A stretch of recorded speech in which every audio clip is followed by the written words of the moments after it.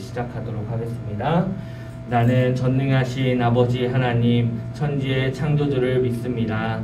나는 그의 유일하신 아들, 우리 주 예수 그리스도를 믿습니다.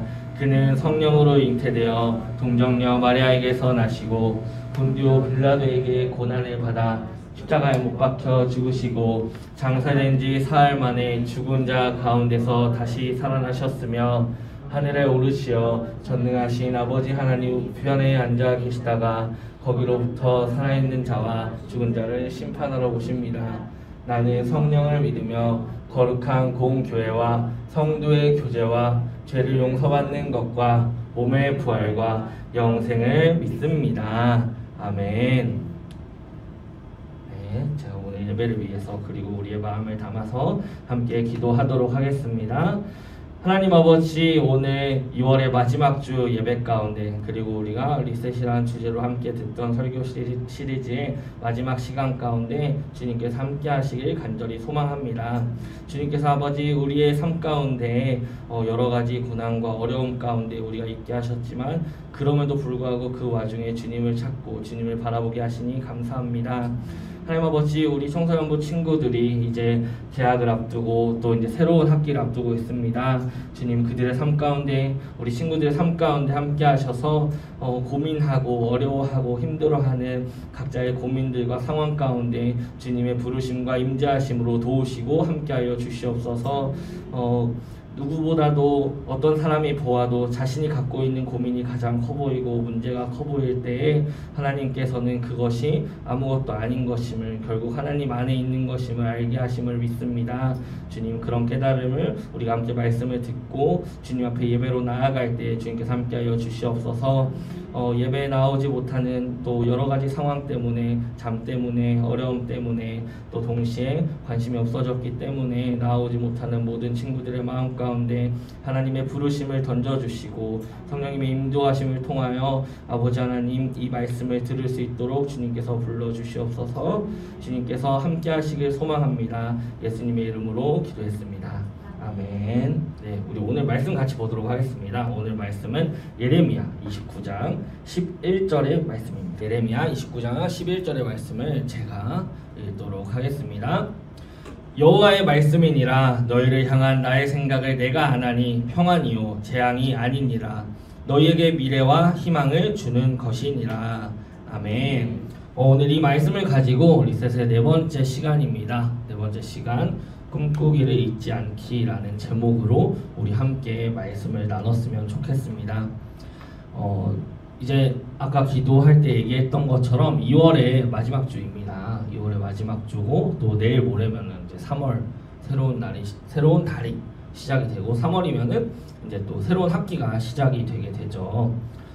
전사님도 이제 뭐 여러 가지가 있겠지만 기존에 다니던 이제 대학원을 졸업을 하고 또 새로운 공부를 이제 하게 되면서 이제 또 학교를 가게 됐어요. 그래서 학교를 가기 때문에 여러분들과 똑같이 이제 또 나이만 다르지 학생이라는 거 여러분들, 그래서 어쨌든 그렇게 좀 새로운 학기 가운데 여러분들의 어떤 마음을 가지고 또 어떠한 생각을 가지고 나아가는지 모르겠지만 오늘의 이 말씀이 여러분들의 삶과 또 고민하는 데 있어서 도움이 되었으면 좋겠습니다.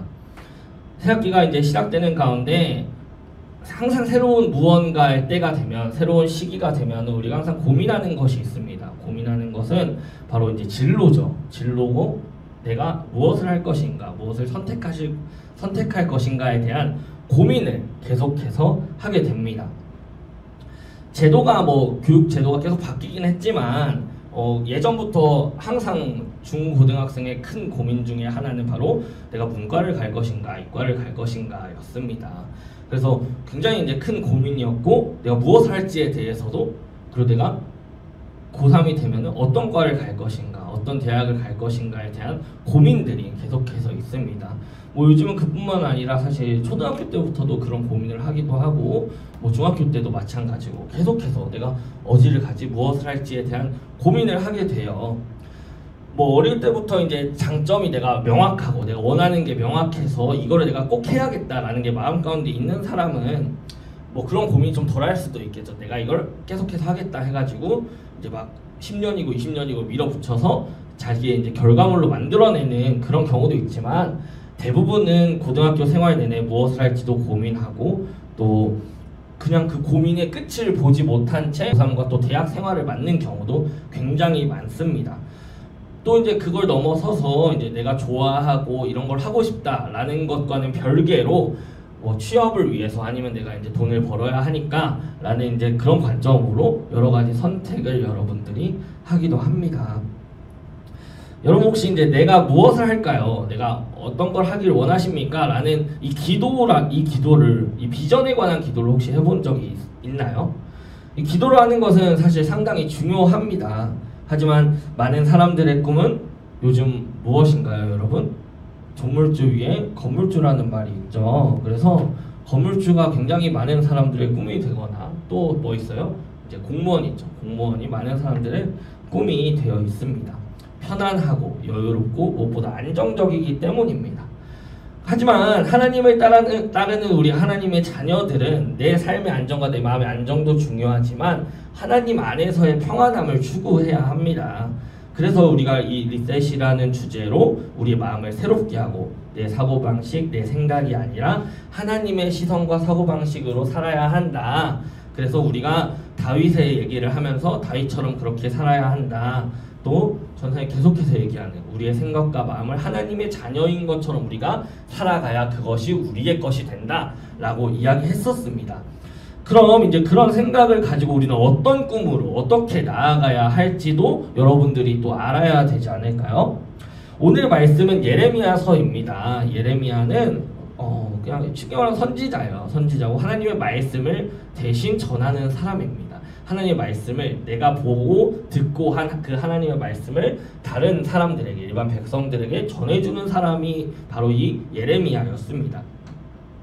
이 예레미야는 이제 자신의 꿈과 기대도 있었지만 동시에 하나님의 그 꿈과 기대를 명확하게 따른 사람 중에 한 사람이기 때문에 여러분들에게 소개하고 싶다는 생각이 들었어요. 예레미야는 이제 뭐 좀 들어본 친구들도 알겠지만 예레미야는 꽤 긴 장을 갖고 있는데 그 내용이 굉장히 우울해요. 전반적으로 많이 우울하고 여러분들이 이제 중고등학교 때 이제 문학이나 그런 이제 시, 옛날 시나 그런 문학 작품들을 보다 보면은 평범한 그런 문학 작품들 말고 보통 이제 나라가 망할 때나 아니면은 우리가 잘 일제강점기 때 쓰여진 그런 시나 문학 작품을 보면 막 우울하고 막 자책하고 그렇게 막 슬퍼하고 자기의 내면을 그리는 그런 소설이나 시가 많거든요. 근데 그런 것처럼 이 예레미야의 때도 멸망의 때입니다. 멸망의 때이고 또 이게 나라가 망할 때예요. 그래서 나라가 망할 때에 쓰여진 그리고 그 내용을 담고 있기 때문에 내용이 굉장히 이제 우중충하기도 하고 예레미야 이 자신의 고민과 고뇌가 굉장히 많이 담겨 있는 것이 이 예레미야서의 내용입니다. 하지만 동시에 이제 하나님의 기대와 꿈이 담겨 있는 것이 바로 이 예레미야의 내용인데요. 오늘 꿈에 대한 얘기를 하기 위해서 이 내용을 가져왔어요.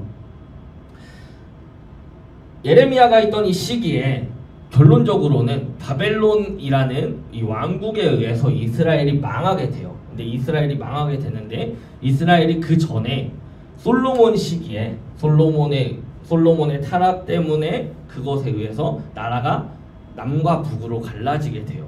근데 남과 북으로 갈라져서 각각 다른 시기에 멸망을 하게 되는데 오늘 나온 예레미야서의 내용은 이 남유다가 망하는 내용입니다. 마지막으로 남아있던, 그러니까 이스라엘의 마지막으로 남아있던 나라가 망하게 되는 때예요. 근데 이게 바벨론이라는 왕국에 의해서 망하게 되는데 이 예레미야서에서는 이것이 그냥 나라가 강하니까 다른 나라를 이제 잡아먹는다 이렇게 얘기하는 것이 아니라 하나님의 심판이라고 이야기합니다. 그래서 이 예레미야서를 전하는 예레미야는 나라가 망할 것에 대해서 그 이스라엘 사람들에게 이야기를 했어야 하는 상황이에요. 근데 여러분 나라가 망한다는 얘기를 듣고 좋아할 사람이 누가 있겠어요? 심지어 이 나라는 어떤 나라입니까? 하나님께서 망하지 않을 것이다 라고 얘기하셨던 이 예루살렘 성이 무너질 일이 없을 것이다 라고 얘기하셨던 그 언약의 백성들이 있는 이스라엘이에요. 근데 그 이스라엘이 남과 북으로 갈라졌을 때도 사람들은 의심하지 않았어요. 그리고 북이스라엘이 먼저 망했을 때도 그래도 이 남유다에 우리가 정통성이 있으니까, 여기 예루살렘이 있으니까, 여기에 법궤가 있고 여기 언약궤가 있으니까 괜찮아 하면서 그것을 믿고 있었는데 이 나라가 드디어 망하게 된 것입니다. 그래서 이제 막 여러 가지 이제 비유와 꿈을 들어서 예레미야에게 하나님께서 이 나라가 망할 것이다, 멸망할 것이다, 침략하는 민족들에 의해서 너 무너질 것이다, 이걸 전해라 라고 얘기하는 이 말씀들을 예레미야가 처음에 바로 딱딱 전한 것이 아니라 눈물로 이것이 이루어지지 않기를 바라는 자신의 마음이 있었어요. 하나님 정말 이렇게만 하셔야 합니까? 이렇게 망하지 않고 이 사람들의 마음을 돌이킬 수 있지 않겠습니까? 하는데 하나님께서는 이미 확실하게 알고 계셨죠. 그래서 예레미야가 그 말씀을 자기가 딱 전해봤을 때 오히려 그 사람들은 하나님의 말씀이라는 이 말을 믿지 않았습니다. 믿지 않는 걸 넘어서서 이 예레미야의 가장 큰 방해가 된, 예레미야가 하나님의 말씀을 전하는데 가장 큰 방해가 되는 것이 있었는데 바로 거짓 선지자들이었어요. 이 거짓 선지자들은 예레미야의 말씀을 들을 때 이 제사장들, 그러니까 고위 직책자들이 나라가 망할 것입니다, 그러니까 빨리 우리가 회개하고 하나님께 다시 돌아가야 합니다 라고 하는 예레미야의 말씀 가운데 말씀을 듣고도 다른 선지자들에게 물어보기 시작해요. 아니 저 말이 맞아? 저런 예언이 있었어? 저런 예언이 있었어? 하니까 대부분의 그 선지자들이라고 말하는 그 거짓 선지자들은 하나님의 말씀을 듣고 자신들이 얘기하는 것이 아니라 자신들의 바램을 하나님의 말씀인 것처럼 말하는 큰 죄를 저지르는 사람들이었기 때문에 결코 하나님의 뜻을 전하지 못했어요. 그래서 오히려 그 왕을 비롯한 고위 직책을 가진 사람들에게 그런 예언은 없다, 우리나라는 하나님께서 태평성되고 그냥 계속 이제 부흥하게 하실 것이다 라고 말하는 거짓 예언을 하게 됩니다. 그런데 사람들은 부정적인 소식보다 사실 긍정적인 소식을 믿고 싶어 하죠. 그래서 나라가 망한다는 한 명의 이야기보다는 망하지 않고 오히려 잘 될 것이라는 몇십 명, 몇백 명의 이야기를 믿게 됩니다. 그래서 이 사람들은 믿지 않았어요. 이스라엘 사람들은 자신들이 우리나라 망하지 않아, 하나님께서 지켜주신다고 했어 하는 그 자신들의 기대를 꿈으로 품고 그걸 믿은 거예요. 우리나라 망하지 않을 거야, 이 예언대로, 그래 저 선지자들이 말한 예언대로 괜찮을 거야 라고 말하게 됩니다. 하지만 결국 하나님의 예언 가운데 하나님의 심판이 완전하게 일어나서 결국 바벨론의 침략이 일어나고 나라가 망하게 됩니다. 그래서 여러 가지 일련의 사건들이 있지만 그 가운데서 결국 거짓 선지자들을 비롯한 잘못된 선지자들은 모두 죽어요. 모두 죽고 대부분의 이스라엘 사람들, 그 중에 이제 뭐 좀 지식인들이나 이제 좀 부유한 사람들은 모두 바벨론으로 끌려가서 생활을 하게 됩니다. 그래서 바벨론이 예루살렘을 함락시키고 이 점령당한 꿈도 희망도 없는 시기에 대한 말씀이 바로 29장 11절의 말씀이에요. 다시 한번 읽어보면 여호와의 말씀이니라 너희를 향한 나의 생각을 내가 안하니 평안이요 재앙이 아니니라 너희에게 미래와 희망을 주는 것이니라 라고 말하고 있습니다. 이 말씀만 보면은 굉장히 희망차고 즐거운 이야기 같지만 이 상황은 이미 나라가 망한 다음에 나라가 다 망하고 다 끌려갈 사람 끌려가고 폐허만 남은 이 상황 가운데서 전해지는 말씀이에요. 나라가 다 짓밟히고 아무도 또 없고 예루살렘 성마저 무너진 이 상황 가운데서 예레미야가 전한 말씀이 무엇입니까? 평안이라는 거예요. 재앙이 아니래요. 그리고 미래와 희망을 주겠다고 말하는 것이 바로 이 하나님의 계획인 것입니다. 예레미야서에서는 계속해서 심판의 말씀을 얘기합니다. 망할 것이다, 화가 있을 것이다, 무너질 것이다 라고 얘기하지만 동시에 계속해서 그 뒤에 붙는 것이 있습니다. 그 심판 가운데서 너희가 돌이킨다면 나는 너희를 회복시킬 것이다 라고 말씀하십니다. 그래서 이런 회복의 말씀이 계속해서 있고 결국에는 하나님께서 뭐라고 얘기하시냐면 예레미야를 통해서 너희가 70년간의 기간을 가진 후에 내가 너희를 다시 일으키고 회복시킬 것이다 라고 이야기하세요. 그래서 오히려 우리를 망하게 한 그 바벨론을 위해서 기도하라고 해요. 예레미야에게. 바벨론이 오히려 잘 살고 부강해져야 너희 끌려간 그 포로들도 거기서 살아서 다시 돌아올 수 있으니까 그 나라를 위해서 기도해야 돼. 지금 망한 예루살렘이나 이 땅을 위해서 기도할 필요는 없어 라고 이야기하시는 것입니다. 예레미야가 멸망의 예언을 할 때, 동시에 멸망과 이 회복의 예언을 할 때 그냥 하나님께서 그냥 니네 망할 것이다 라고 얘기한 것이 중요한 게 아니라 너네가 나와의 언약을 지키지 않았으니까 망할 것이다 라는 조건이 있었어요. 하지만 다시 돌이켜라 라는 이 말씀 가운데서 이스라엘 사람들은 눈과 귀를 막고 거짓 예언을 믿고 자신들이 생각하는 상징과 우상에 더 의존을 했어요. 그리고 그 우상을 섬기는 것처럼, 우상은 보통 어떻습니까? 그냥 이렇게 하나의 어떤 상징물을 세워놓고 그거에 대해서 어떤 자연적인 뭔가 사건이 일어나는 걸 통해서 아 이게 이 뜻인가 보다 하고 받아들이는 게 우상을 믿는 과정인데, 하나님도 이스라엘 사람들이 나중에 그렇게 믿었다는 거예요. 그래서 우린 예루살렘 성에 있으니까 괜찮아. 하나님이 중요한 게 아니고 예루살렘 성이 중요하고, 하나님이 중요한 게 아니라 언약궤가 중요해진 거예요. 그래서 하나님이 주신 그 약속의 상징물들을 보고 하나님을 떠올려야 되는데 그게 아니라 그 상징물만 보고 그걸 믿게 된 거예요. 그래서 잘못된 믿음을 가진 이 사람들의 삶 가운데 하나님께서는 심판을 명확하게 내리셔서 너네가 믿는 누군가를 믿을 것이냐. 그래서 제일 의지했던 뭘 없애셨죠? 예루살렘 성을 그냥 부셔버리셨죠. 그래서 예루살렘 성이 무너지니까 이제 이스라엘 사람들이 혼란스럽기 시작한 거예요. 우리는 그럼 언약의 백성이 아닌가? 우리는 그러면 무엇을 믿어야 하지? 라고 하는 혼돈의 때에 예레미야를 통해서 하나님께서 말씀하시는 것은 니네가 바벨론에 있든 예루살렘 땅에 있든 어디로 있든 간에 나 하나님만을 믿는 것이 중요하다라고 이야기하시는 거예요. 그래서 너네가 원하는 기대와 꿈으로 품지 말고 너네가 그냥 원하는 그런 안정적인 생활을 예루살렘 안에 있는 게 얼마나 편하고 좋겠어요. 근데 거기에 있는 거에 니네가 안주하는 것이 아니라 나와 함께하는 것에서 평안을 누려야 돼 라고 하는 것이 바로 이 하나님께서 예레미야를 통해서 하시는 말씀인 것입니다. 그래서 이 말씀을 통해서 이야기하시는 것은 뭐예요? 심판과 절망 가운데 이렇게 막 무너져 있을 때 회복의 꿈을 꾸어라 라고 이야기하시는 것이 바로 하나님의 말씀인 것입니다. 그래서 예레미야서는 굉장히 우울하고 나라가 망하고 심판에 대한 이야기 같지만 동시에 하나님의 사랑의 표현이 담겨 있는 것입니다.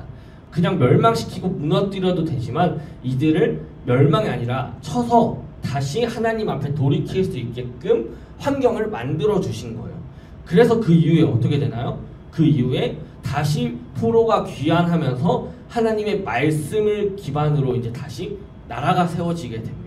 그래서 그때는 하나님의 말씀을 가장 중심으로 해서 우리는 하나님의 말씀대로만 살아가는 민족이야 라는 그 마음이 이 이스라엘 사람들 가운데 생겨나게 돼요. 그럼 이 예레미야의 모습을 가지고 예레미야의 상황을 가지고 예레미야서에서 본 이 꿈을 가지고 내가 원하는 이스라엘 사람들이 그랬던 것처럼 내가 원하는 꿈과 기대가 아니라 그럼 우리가 어떤 꿈을 꾸어야 될지에 대해서 세 가지로 같이 이야기를 하고 싶습니다. 첫 번째는 간절함입니다. 예레미야는 이 꿈과 기대가 있었지만 그 꿈과 기대가 어떤 꿈과 기대였냐면은 나라가 맨 처음에 망하지 않았으면 하는, 이 나라가 그래도 무너지지 않고 사람들이 고통받지 않았으면 하는 우리의 자신의 생각이 있었어요. 하지만 하나님께서 이야기하신 것은 약간의 그런 고통과 어려움이 있지만 민족 전체가 다시 하나님 앞에 돌아올 수 있는 그 회복을 원하셨단 말이죠. 그래서 예레미야는 자신들이 오히려 올바른 하나님의 말씀을 전하는 대로 나를 죽이려 들고 나를 정말로 칼을 들고 찾아오는 그 상황 가운데서도 하나님의 말씀을 전하는 간절함이 있었습니다. 간절함이 있었기 때문에 그 말씀을 전할 수 있었다는 거예요. 그래서 오늘 제목이 뭐였죠? 꿈꾸기를 잊지 않기 였습니다. 그래서 여러분들이 정말 여러가지 고민과 내가 앞으로 어떻게 살 것인가, 무엇을 할 것인가에 대한 고민들과 꿈을 꿀 때 지금 말하는 세 가지를 한번 기준으로 점검을 해보면 좋을 것 같아요. 그래서 첫 번째는 간절함입니다. 내가 하고 싶고 그렇게 꿈꾸는 일이 정말 그렇게 간절한가를 한번 점검해 볼 필요가 있어요. 그래서 그 일을 하면 정말로 행복할 것이라고 생각되는 일, 아니면 일생을 바쳐 내가 후회하지 않을 것 같다라는 일이라면 정말 제일 베스트겠죠? 근데 어쨌든 그런 거를 조건으로 내가 스스로에게 물어보는 거예요. 내가 정말 이렇게 무언가를 내가 정말 다 투자해서 이거를 해보고 싶다라는 마음이 있는가 라는 것이 필요하고, 이건 스스로에게 묻는 거죠. 그리고 스스로에게만 묻고 끝나면은 교회 다니지 않는 사람과 차이가 없어요. 여기서 우리는 한 가지를 더하는데 바로 성령님께 여쭈어보는 과정이 필요합니다. 그래서 나에게만 물어보면 어떻게 돼요? 나의 조건을 따지겠죠. 그래도 돈이, 그래도 어떤 세상에서의 어떤 위치, 사람들이 보는 시선, 여러 가지 조건들이 들어오겠죠. 하지만 우리는 그 가운데 뭐가 있어야 돼요? 성령님을 통해서 하나님께서 우리의 마음 가운데 주시는 그 마음이 있어요. 내가 이것을 해야겠다, 내가 이것을 할 수 있겠다라는 간절함을 주시는 마음이 있는데, 그걸 점검해 봐야 한다는 것입니다. 그래서 그 거짓 예언자들은 여기서 뭐만 있었던 거예요? 스스로에게 묻고 끝난 거예요. 하나님께 물어보는 과정이 있지 않았기 때문에 잘못된 길로, 잘못된 방향으로 꿈을 꿀 수밖에 없었던 것입니다. 그래서 빌립보서 2장 13절에 보면은 너희 안에서 행하시는 이는 하나님이시니 자기의 기쁘신 뜻을 위하여 너희에게 소원을 두고 행하게 하시나니 라고 합니다. 하나님께서 행하신다는 거예요. 결국 우리가 이제 막 소원을 두고 내가 바라고 하더라도 결국 그것을 행하게 하시는 이는 하나님이라는 것입니다. 그래서 그리스도인과 세상 사람은 한 끗 차이로 달라요. 계속해서. 그래서 우리가 그것을 구분하지 못하면은 자연스럽게 하나님과 멀어지는 것이 우리의 삶인 것입니다. 두 번째는 바로 하나님이 원하시는 선한 소원입니다. 첫 번째가 간절함이었잖아요. 두 번째는 하나님이 원하시는 선한 소원이어야 해요. 만약 내가 하려는 일이, 내가 꿈꾸는 일이, 내가 바라는 일이 대부분 그럴 리는 없겠지만 다른 사람이나 사회에 악영향을 끼치는 일이라고 한다면 그것에 대해서, 내가 그렇게 꿈꾸는 것에 대해서 기대할 것은 뭐예요? 진노뿐입니다. 나는 성실하게 일하고 최선을 다하고 준비를 잘했어, 그래 난 노력을 열심히 해서 괜찮아 라고 하더라도 내가 하는 일이 누군가에게 아픔을 준다거나 그리고 누군가에게 고통을 주는 일을 하고 있다면 그 일에 대해서 한번 점검해보고 돌아보아야 하고, 그런 것이 혹시 여러분들의 꿈 가운데 있다면 한번 확인을 해봐야 해요. 마치 신약 성경에 나오는 세리들처럼 세리들은 누구보다 열심히 일하고 성실하게 일해서 로마 사람들에게는 인정을 받았지만 세금을 걷는 이스라엘의 가난한 사람들에게는 누구보다 욕을 먹는 사람들이 세리들이었거든요. 왜냐하면은 로마에서 세금을 내라고 하면은 자기가 그 할당량만큼만 딱 걷어서 내야 되는데 내가 돈을 다루는 사람이니까 욕심이 나잖아요. 그러니까 어떻게 해요? 그거보다 조금 더 얻죠. 조금 더 걷어가지고 그 차익만큼 내가 주머니에 넣는 게 이 세리들의 모습이었어요. 그래서 사람들은 세리들을 싫어했고, 세리들은 열심히 일했단 말이에요. 열심히 일했으니까 돈도 많이 걷었겠죠. 근데 그 열심히 일하는 일이 누군가에게는 고통과 어려움을 주는 일이었습니다. 그런 것처럼 우리가 열심히 일하고 열심히 노력한다고 하는데 그것이 어떻게 영향을 끼치는지도 우리는 한번 생각을 해볼 필요가 있다는 거예요. 사회에 정말 여러 가지 환경 문제든 사회 문제든 다양한 문제들이 일어나는데 그 문제들 가운데 자세히 다 들어가 보면은 그 안에 있는 한 명 한 명의 사람들은 굉장히 열심히 일하고 있어요. 열심히 일하고 열심히 노력해요. 하지만 거기서 일어나는 그 일들이 일어나는 영향력 가운데 내가 생각하지 못하는 부분들이 있다는 거예요. 그래서 이것이 정말로 하나님께서 원하시는 선한 일인가? 이건 점검하기 조금 쉽겠죠. 그래서 선한 일인지 한번 생각해 보아야 합니다.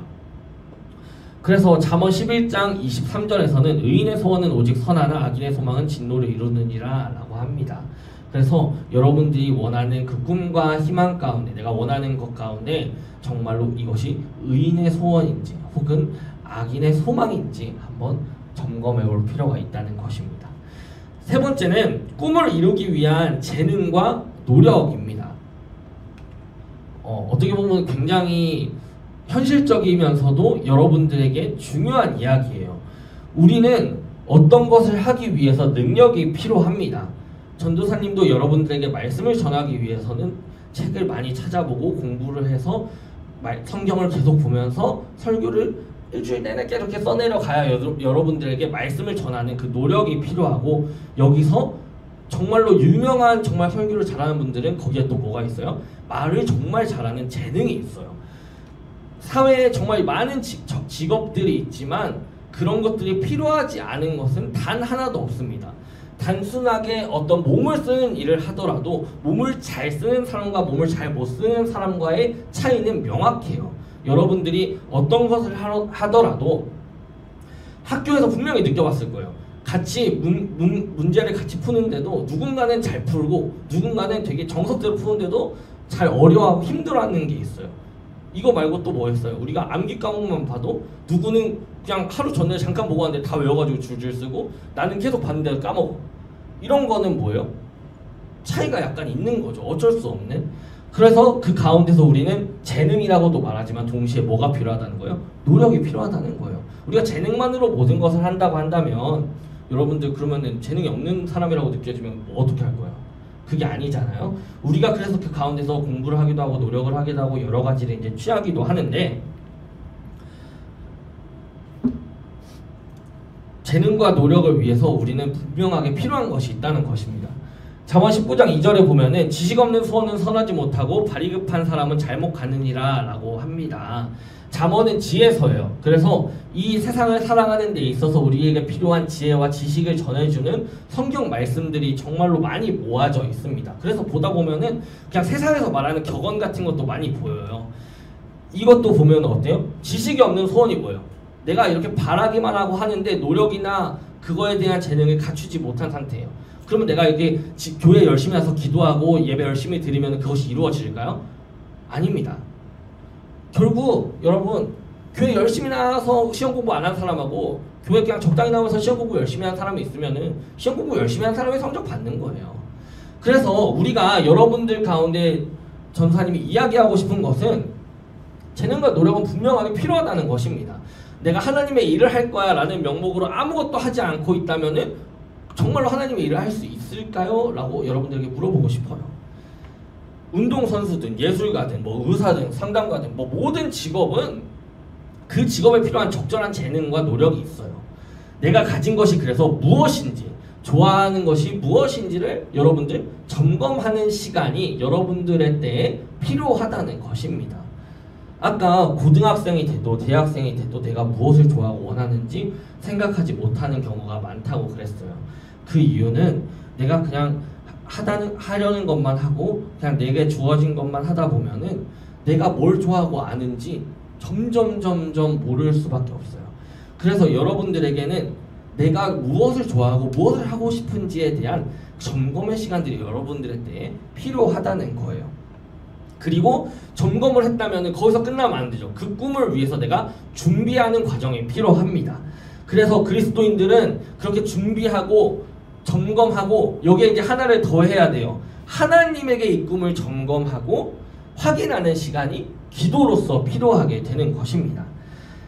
그런데 이렇게 점검하면서 여러분들 또 잘못된 방향으로 빠지면 안 돼요. 점검하면서 야, 난 이것도 못하고 저것도 못하고 재능도 없고 안 되네 하는 절망으로 가는 것이 아니라 그 꿈과 길이 얼마든지 하나님 안에서 바뀔 수 있다는 것 또한 알아야 합니다.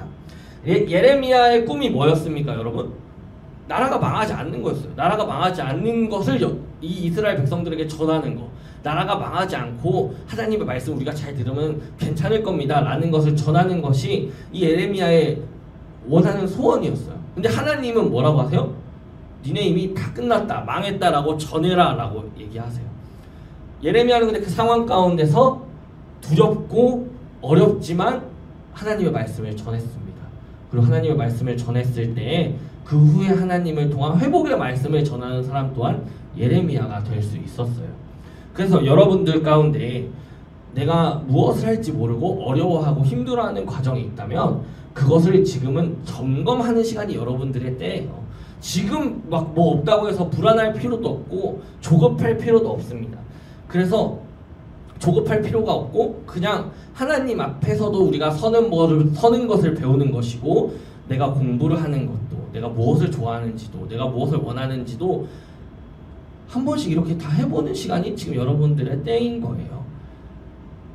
들으면서 혹은 근데 그럴 때가 아니라 지금은 열심히 공부를 해가지고 성적을 내야 될 때인 것 같습니다 라고 생각할 수도 있겠지만 물론 여러분들의 방향이 그렇다면 그렇게 하면 됩니다.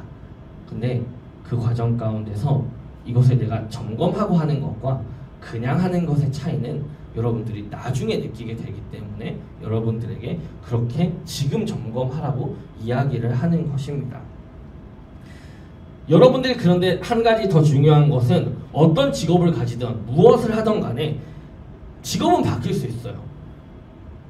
정말로 전도사님도 많은 이제 교회에서 이제 교회 친구들과 사람들을 봤지만 내가 이것을 해야지 했지만 나중에 보면은 되게 또 생뚱맞은 자기 일을 또 즐겁게 하는 사람들을 정말 많이 봤어요. 뭐 예체능으로 이렇게 몇 년을 10년을 넘게 이렇게 하다가도 당장 내가 좋아하는 무언가에 빠져들어가지고 그 일을 해나가는 사람들이 있습니다. 여러분들 역시도 마찬가지예요. 지금 당장 선택이 고민되고 어렵고 야, 나 망한 것 같은데 라고 생각할 수 있지만 그것이 여러분들의 어떻게 보면은 끝이 아니라는 거예요. 여러분들에게 더 앞으로 나아갈 수 있는 길이 여러 단계가 이미 있습니다. 근데 그건 바뀔 수 있지만 바뀌지 않는 것이 있는데 바로 하나님의 비전입니다. 아까 비전을 이야기했었어요. 비전이 뭐예요? 하나님께서 나를 통해 일하시길 원하시는 하나님의 꿈이죠. 그리고 그 꿈을 우리도 꾸어야 된다는 거예요. 그래서 꿈꾸기를 잊지 않으라는 것은 내 삶의 꿈과 원하는 것을 점검하는 것도 포함하지만 동시에 하나님의 비전이 나에게 있음을 잊지 않아야 한다는 거예요. 그것을 잊는 순간 우리는 그냥 열심히 사는 세상 사람 일과 다르지 않습니다. 우리는 그리스도인으로서의 다른 점은 하나님의 꿈을 가지고 그 직업과 내 삶을 대하기 때문에 다른 거예요. 하나님의 비전은 우리의 아버지 노릇해 주시는 하나님 아버지 품에서 자녀로서 행복하게 살아가는 것입니다. 생각보다 어렵지 않죠? 노래를 부르든 회사에 있든 물건을 팔든 운동을 하든 여러분들이 공부를 하든 간에 하나님 아버지를 부르는 그 자녀를 하나님은 그 탕자의 아버지처럼 안아주시고 인도해 주신다는 거예요. 그것을 우리 성경에서는 하나님의 의라고 얘기합니다. 그래서 여러분들에게 하나님의 뜻을 따르고 하나님의 의를 바라는 하나님의 비전을 바라는 우리 청소년부 친구들이 되었으면 좋겠습니다. 그래서 마지막으로 한 가지를 더 이야기하려고 합니다. 영어에서 여러분, 자, 우리 이제 영어 시간이에요. 영어에서 듣는다라는 뜻을 가진 단어는 일반적으로 두 개가 있어요. 하나는 hear이 있고 하나는 listen이 있어요. 근데 문장 안에서 이 hear과 listen은 약간의 미묘한 차이를 가지게 되는데 hear은 일반적으로 주어에, 그러니까 주어가 우리가 붙잖아요. 앞에 나든 너든 저 사람이든 그 사람이든 주어가 붙는데 그 주어의 의지와 상관없이 내가 가만히 있는데 저절로 들릴 때 사용하는 거예요. 이해했죠? 저절로 그냥 들려지는 거, 내 귀에 이렇게 들어오는 거. 그거를 hear이란 단어를 표현해서 사용을 합니다. 하지만 이 listen은 주어의 의지대로, 그렇죠? 주어가 만약 나라면 나의 의지대로 노력해서 듣는 경우에 앞에 우리가 잘 아는 전치사 to를 붙여서 반드시 동반해서 사용을 하죠. 이 두 가지는 명확하게 다른 뜻을 가집니다. 내가 가만히 있는데 들려오는 것과 내가 듣고 싶어서 듣는 것은 명확하게 달라요. 근데 이 listen과 hear를 왜 얘기했냐면 세상에서는 정말 많은 외침과 소음이 있습니다. 여러분들에게 자연스럽게 들려질 거예요. 지금도 들려지고 있고 여러분들에게 계속해서 말해지는 것이 있습니다. 아까 건물주 얘기했죠. 조물주 위에 건물주 있다고. 요거를 우리는 단순하게 좀 더 약간 고급 용어로 얘기하면 뭐예요? 물질 만능주의라고 얘기합니다. 돈이나 내가 갖고 있는 자본으로 다 된다라고 얘기하는 거 물질 만능주의죠. 또 뭐 있어요? 잘생기고 이쁘면 장땡이다라고 얘기하는 거 뭐예요? 외모지상주의죠. 또 뭐 있어요? 내가 그냥 이기고 내가 어쨌든 성과 내고 내가 아까 하나님의 소원은 선한 소원인 것을 점검해야 된다고 얘기했잖아요. 왜 그럴까요? 내가 결과만 얻어내면 내가 이것만 해내면 내가 성공만 하면 상관없어 라고 얘기하는 성공지상주의가 팽배하기 때문이에요. 또 뭐 있어요? 여러분들이 한때 또 유행했던 거 지금도 마찬가지지만 약간 그 플렉스라고 말하는 그런 용어가 뜨기 전에 여러분들에게 가장 많이 주어졌던 거 한 번 사는 인생 나를 위해 즐기자 이거 뭐예요? 욜로죠. 욜로와 같은 그런 마인드 혹은 이와는 아예 반대로 야 어차피 행복이고 나발이고 다 필요 없어 어차피 죽으면 끝이야 라고 말하는 거 뭐예요? 허무주의죠. 세상에서는 정말로 많은 여러분들에게 이런 소음들이 들려질 거예요. 이렇게 해야 돼, 이걸 따라가야 돼, 저걸 따라가야 돼, 이걸 따라가야 돼 하면서 계속해서 이야기합니다. 여러분들에게 꿈이라고, 여러분들에게 공부하라고, 여러분들에게 돈을 많이 벌어야 한다고 얘기합니다. 근데 맞아요. 꿈이고 돈 많이 벌고 공부하는 거 좋죠. 근데 그 가운데 하나님의 비전이 없는 나의 그냥 노력은 결국 어떻게 돼요? 아까 말했던 이 만능주의, 지상주의로 빠지게 된다는 거예요. 아까 희열과 리슨의 차이가 있다고 했습니다. 이런 다양한 방향과 외침이 있는데 이런 세상의 다양한 방향과 외침은 여러분들에게 뭘로 들어올 거예요? 당연히 희열로 들어옵니다. 그래서 여러분들이 가만히 있어도 들려요. 가만히 있어 여러분들의 삶의 기준이 되고 주입이 될 거예요.